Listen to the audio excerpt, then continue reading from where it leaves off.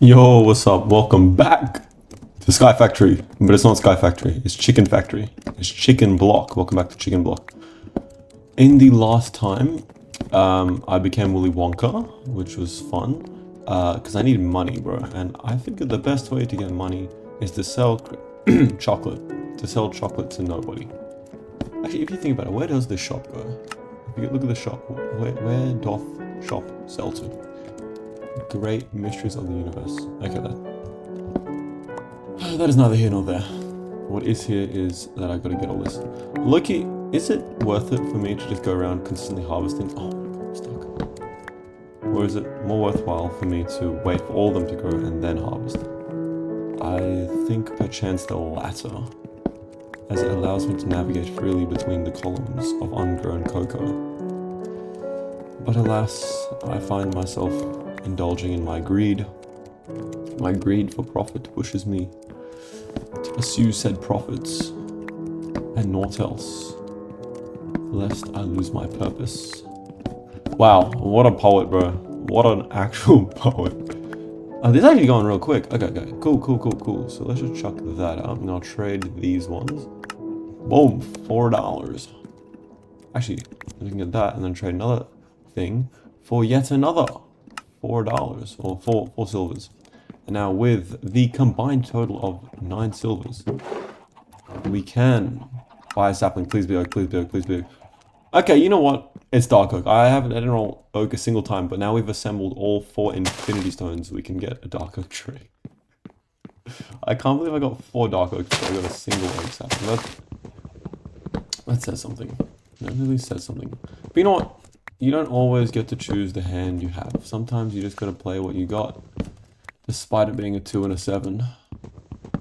And it is what it is, you know. We can always wish for an ideal hand, but we should just play the one we have as opposed to flipping over the table.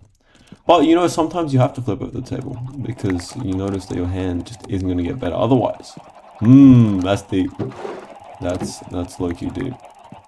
I should be an author. Oh wait, no. Bro, I realized that writing a book is fun. It's actually, no, you know what? No, I'm not joking about that. It is actually a lot of fun, but it's also, it reminds me of this quote or saying, right? No, this story, anecdote, lesson. I don't know, whatever you want to call it, right? And it goes like something like this, right? So a teacher gives half his class. No, a teacher gives his class an assignment. No, hold on. How does it go? Teacher gives half his class an assignment, and the other half of class a different assignment, right? So the first assignment is to make 1 pot. That's it, just 1 pot, like a clay pot. And you have all semester to do it, but I want 1, and it's gonna be as good as perfect as possible.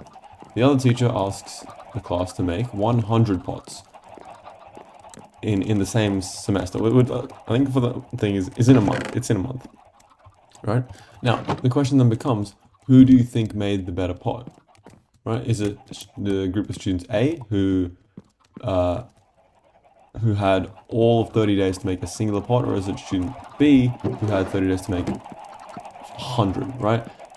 You would think intuitively, oh, if you spent all that time on the pot, surely it would be good. And on the surface, yeah, but every single time you'll find out that the person who has made 100 pots, or rather the class who has made 100 pots, will always beat out the time it takes to make 1. And the reason I bring this up is because throughout the practice of making 100 pots, despite their imperfections, okay, well that was not a smart idea, but despite their imperfections, you learn, and your first 10, 20, 50 pots might be trash, but by the time you get to pot 100, it looks pretty good. It looks pretty damn good. Whereas if you deprive yourself of that and only spend your time perfecting one thing, you're never going to get good at that, because you're never going to keep trying. You're never going to keep learning. You're never going to make mistakes. It's just going to end up meh. And that's the thing. I really like what I've written, right? I really like it. And so I'm up to my 6th revision. But like, at what point do I just stop writing and start something new? At what point do I have to say, yeah, this is enough, this is good enough? Because I think it'll never be good enough to me, because I really liked the concept, the idea of the story, way too much. Like, I'm lying when I say I don't think anything will come close that I could possibly make. Because if I allowed myself to, it probably could make something that comes close or even better. But I also just, you know, really like it. Like, it's that simple. So I don't want to create something half finished, you know? And I'm chasing this idea of perfection that it's coming to the point where it's neglecting what's already in front of me. And I don't like that. I don't like that. I was thinking about this earlier today, right? Falling in love or idolizing, sorry. Something as opposed to the actual thing, right? And this was on my mind for a different reason, but we'll get to that, right? But you convince yourself, or you think about something so much, and you deprive yourself of said thing to the point where when you actually encounter it, it's disappointing, to say the least, because you hype up whatever it might be in your head so much that when you encounter it in real life, it's just not what you thought it. Oh, what the hell? It's just not what you thought it would be. And that really hit home, because low key, I've had that experience where it's like, and this isn't the book. It's where it's like, damn, you really like something, right? You really like something. The grass is always greener. I wish I had it. My life would be so much better if I had it. And then you see it, and it's like, oh damn, I really wasn't missing out on much, huh? So I spent all this mental space on what? Nothing. What a waste of time. And it does feel like a waste of time, because it is a waste of time. It is a waste of time to try and chase perfection, to try and, I think, to want things that are never going to exist, right? So just go out and get rejected. Are you crazy? Were the exact words. And then move on with your life, because ultimately you live and you grow throughout those experiences far more than you would researching or daydreaming or just thinking about it. So that's really just what's been on my mind. I don't know. I feel like I got to get over. Oh, there we go. The tree's growing, but I feel like I got to get over some things. And the best way to get over said things would be to expose myself to new things. But I don't want to expose myself to new things, because new things are scary. And so I find myself at an impasse of being a little coward, you know, family friendly and all that.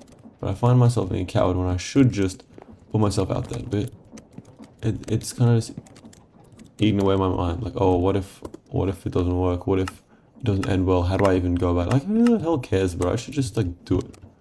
And I don't know what it might be, but I should just go out and do things. Live life. But, you know, that's only one aspect of life. To call the pursuit of... Nah, fuck, I'm gonna... Oh, sorry, my bad. I just said family friendly and just be dropping the F-bomb.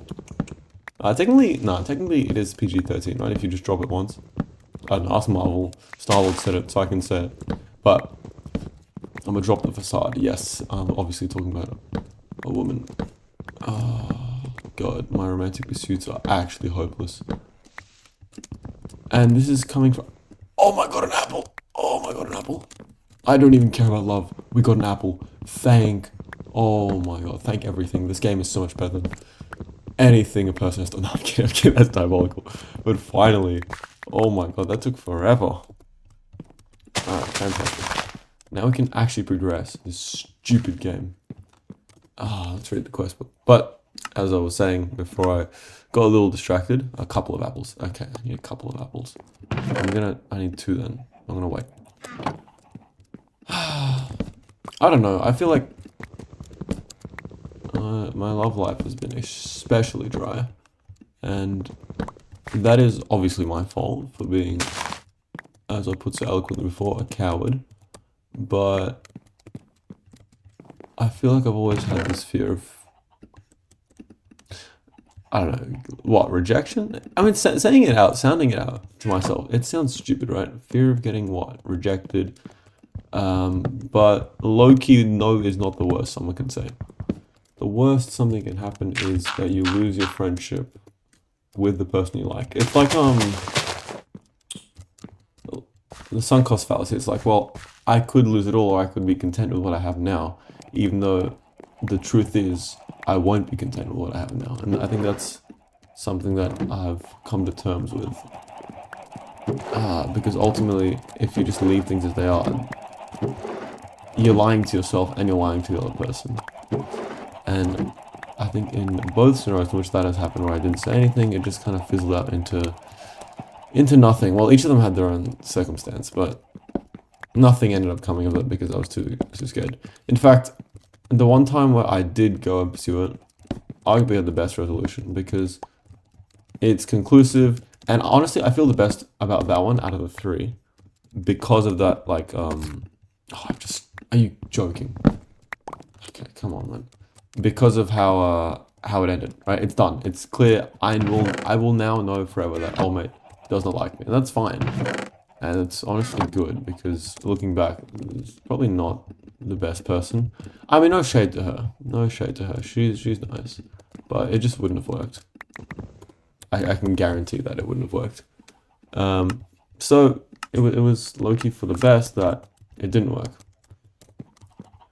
And I'm happy with that. And as much as it hurt in the moment, yeah, it's just a better resolution overall. Whereas the other two is like, oh, well, I'll never know. I'll never truly know what could have been. And that annoys me. As the chronic overthink that I am, that annoys me greatly. Overthinking is such a fun trait. But the thing is, right, I can't even overthink like I used to. Like as a kid, I could overthink, e4, e5, knight, yada yada. But I find myself lacking. Lacking is the correct word. Lacking my spatial awareness that I used to have. My ability to think is diminishing because it's frankly atrophying the part of my brain that visualizes concepts. And I don't like it because I think the best thing that trained that sort of futuristic planning and thinking was chess when I used to play back in primary school. And now I don't play chess, and so now I find myself not flexing the muscle nearly as much, that strategic future planning muscle. And I don't know if that's because the complexity of the problems I'm trying to address are greater than just memorizing board states, or if it's truly a loss of skill. And if it's one, it's fine, because it's like, oh, well, I could go back to the board, but I low-key think, oh, I just bought a cocoa bean, didn't I? Well, no, I didn't, that's fine. But I low-key think that my younger self, my primary school self, would beat me in a chess match, which is frankly embarrassing. I shouldn't be regressing in terms of my mental capabilities. I should be getting better and better and better, right? That's what we should always strive for. But what would be the solution to that? Like play chess? Because it's not the chess skill that I miss. That's simply a byproduct of the skill, but it's the skill to be able to think 4 or 5 moves ahead, consider all options. And I can do that, but it takes mental effort. Well, of course it takes mental effort, actually. Why wouldn't it take mental effort? And that's sort of a thinking, or any sort of complicated thinking isn't just going to be easy. It is going to be to a trained mind. It's like saying, here, curl 10 kilos. To someone that's trained to curl 20, 10 is trivial, right? But to someone who's never curled a day in their life, it's probably going to take quite a considerable amount of effort. It's not so much that both party or one party couldn't do it and the other party can, or will never be able to, rather, but it's in the moment one party has that previous experience or that training to get to that point, right? Whereas the other party was sitting at home playing Minecraft, not going to the gym because they just moved houses and the gym is low-key anytime. And oh my god, I hate anytime fitness so much. You guys have no idea how much I hate anytime. Like, why are we charging $25 a week? A week! My old gym was charging me 12, man. I know I'm getting derailed, but this has hit a nerve. I hate anytime fitness so much because of how much they charge. It's unbelievable.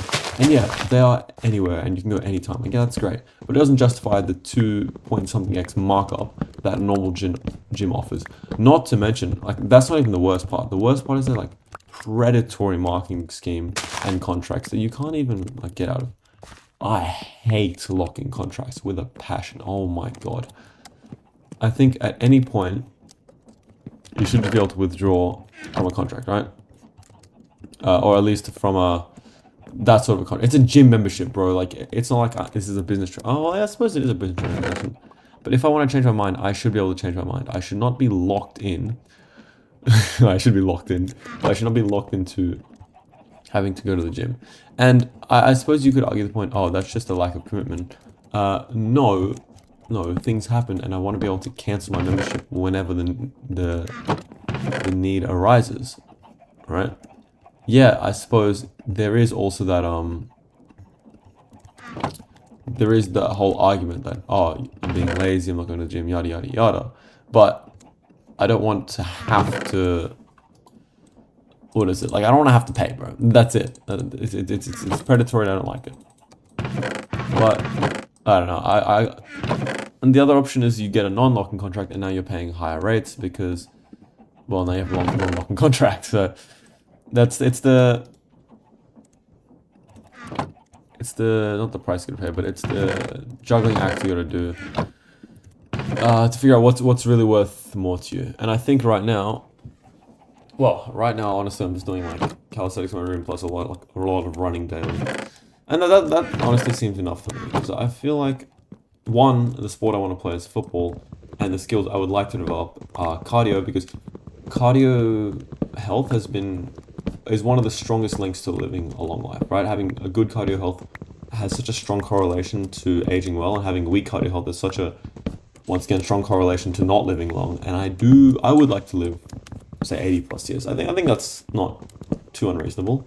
And not just live for 80 plus years, but live for 80 plus years with a decent quality of life, right? Being able to move unassisted, right? Being able to go places myself and not have to wear diapers. I think that is what I would count as good quality of life.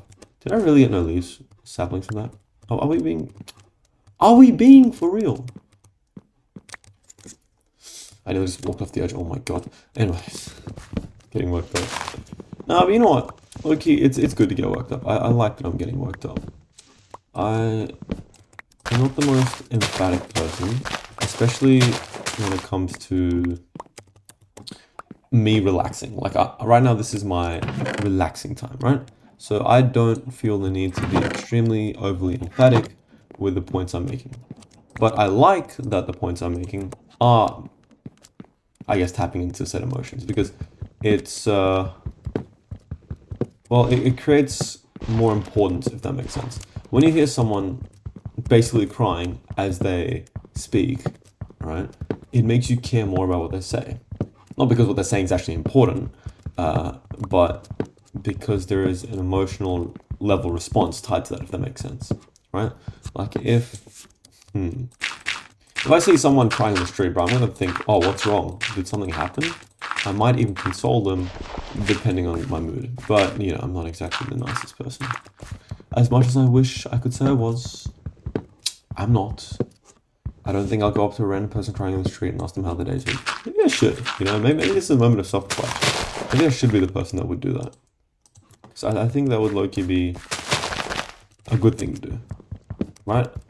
Communicating with your fellow human being about life, how their life is going, what may or may not be happening. But, see, that's another thing I feel like I suck at. Oh my fucking god. Is that, like, well, when someone presents a moment of crisis or vulnerability, I really don't know how to respond, I'm gonna be honest. Like, well, the best option I've found is listening, and listening I'm, like, pretty good at.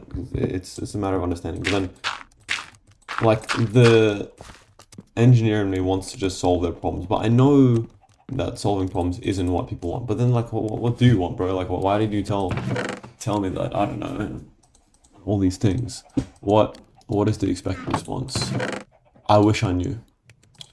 But I don't. So I just have to live with the fact that I don't. And I'll try and I'll live and I'll learn, because that's all we can do, right? We live and we learn. Yeah. If you're not living, you're not learning. If you're not learning, I'd say you're not even living. There's a point that I've tried to make myself. To always stay learning. Because if you're not learning, then, well, you're actively regressing. It's kind of like not going to the gym. And I know this is hypocritical of me, but the point remains true. If you're not using muscles, you're going to lose them. Use it or lose it. And then that's not exactly true, but it's like, it'll atrophy to a point, right? A lack of use will cause both a lack of growth in that muscle. Like, your body will be like, oh, I don't need to allocate resources here. Kind of a waste of time, so I'm not gonna, right? And then you'll also, that's what we know is known as muscle atrophy, and then you also lose that mind-muscle connection. If you don't flex a muscle, your body low-key forgets how to flex that muscle. Like, if you don't speak, I don't know, if I don't speak another language I know, I don't know any other languages, but if I didn't speak another language for a while, I'm assuming I'd forget the majority of that language because, well, my brain would default to English and I would lose the ability to speak, I don't know, Espanol or Portuguese. Maybe forget is a strong word. I would perhaps forget the more complex words. Like, in English, basic words like the, and, they, allow, at, right, really simple words.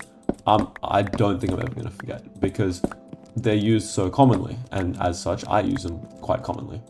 But more difficult words, such as photosynthesis, hypothesize, algebraically, expeditiously, meticulously. Okay, I'm just saying long words at this point, but get the idea. These words aren't going to come up in conversation as much, and so they don't get used as much, and as such, you don't honestly have the thoughts come to mind.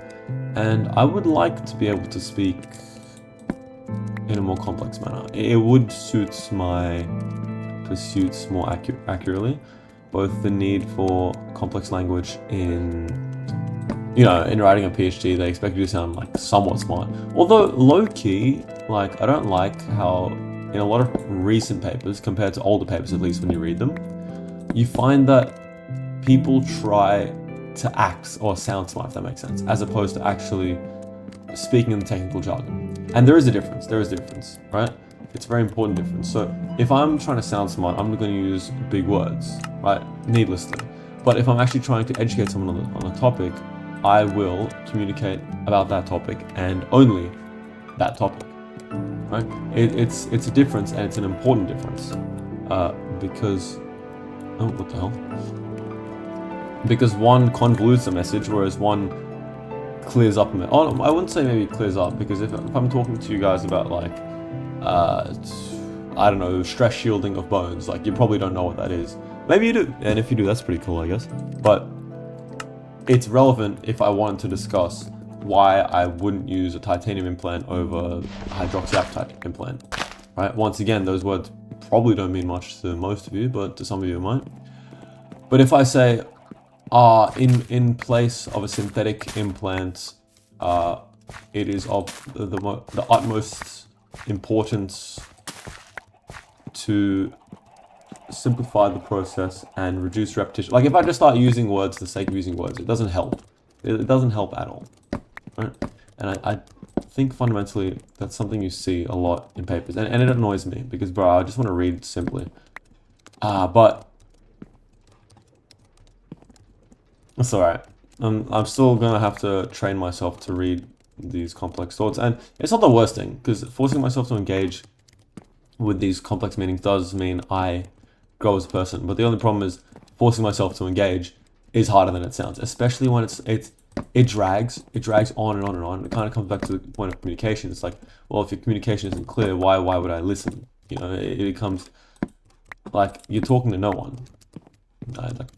So there's a balance to be had. There is definitely a balance to be had. But okay, that's such a reductive.